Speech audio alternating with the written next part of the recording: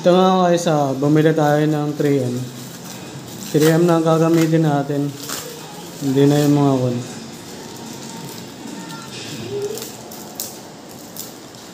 Sabi, matibay daw ito.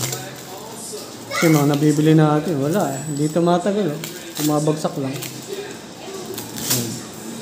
So, importanteng punasan muna natin ito. Tsaka yung pagdidigitan.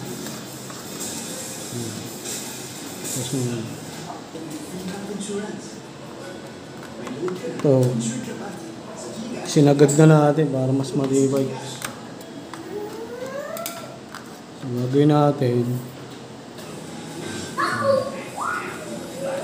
dalawa.